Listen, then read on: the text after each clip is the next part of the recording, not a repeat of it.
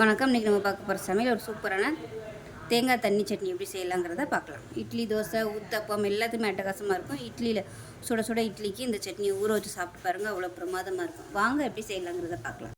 இப்போ ஒரு கடாய் எடுத்துக்கலாம். ஒரு டீஸ்பூன் போல் எண்ணெய் விட்டுக்கலாம்.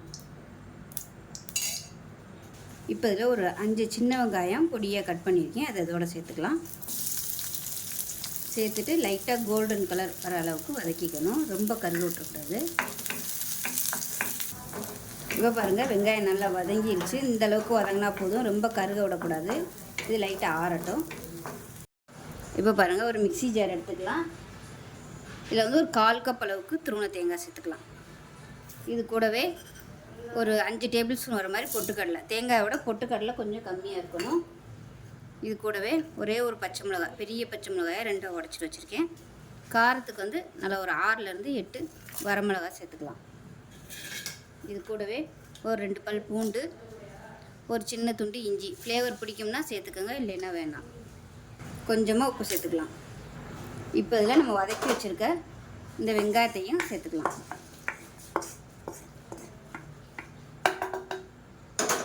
சேர்த்துட்டு தண்ணி ஊற்றி அரைச்சிக்கலாம். அரைக்கும்போது கெட்டியாகவே அரைச்சிக்கோங்க, அதுக்கப்புறமா தண்ணி ஊற்றிக்கலாம். இப்போ பாருங்கள், சட்னி நல்லா அரைச்சாச்சு. இப்போ இதை ஒரு பவுலில் சேர்த்துக்கலாம். இப்போ மிக்ஸி அலசிட்டு தண்ணி சேர்த்துக்கலாம். தண்ணி எவ்வளோ தேவையோ அதுக்கு தகுந்த மாதிரி சேர்த்துக்கோங்க. இது வந்து தண்ணி சட்னி தான், இன்னும் கூட தண்ணி சேர்த்துக்கலாம்.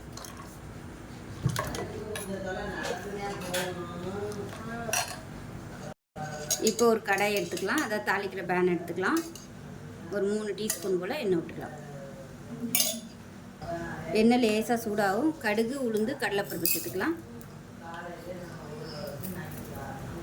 வாசனைக்காக 5 வரமிளகாய், கொஞ்சமாக கருவேப்பிலை. கண்டிப்பாக வரமிளகாய் சேர்த்துக்கோங்க, இதுதான் நல்ல ஒரு ஃப்ளேவர் கொடுக்கும். இது கூடவே பொடியாக கட் பண்ண சின்ன வெங்காயம் ஒரு கையளவு சேர்த்துக்கலாம். இப்போ இது வந்து நல்லா கருகிற அளவு இருக்கணும். அது ரொம்ப கருகக்கூடாது, லைட்டாக அந்த ப்ரௌன் கலரில் வர மாதிரி வதக்கி எடுத்துக்கணும். இந்த வெங்காயத்தை மீடியமான ஃப்ளேமில் வதக்கிக்கலாம். வெங்காயம் நல்லா ப்ரௌன் ஆகிடுச்சு. இதில் வந்து பெருங்காயம் சேர்த்துக்கலாம். இப்போ இந்த தாளிப்பை சட்னியில் சேர்த்துக்கலாம். அவ்வளோதான், அருமையான மதுரை ஸ்டைல் தண்ணி சட்னி ரெடி ஆகிடுச்சு. இட்லி, தோசை, ஊத்தப்பம் எல்லாத்துக்குமே அட்டகாசமாக இருக்கும். செஞ்சு பாருங்கள். செஞ்சு பார்த்துட்டு எப்படி இருந்துச்சுங்கிறது சொல்லுங்கள். வீடியோ பிடிச்சினா லைக் பண்ணுங்கள், கமெண்ட் பண்ணுங்கள், சேனலை சப்ஸ்கிரைப் பண்ணுங்கள்.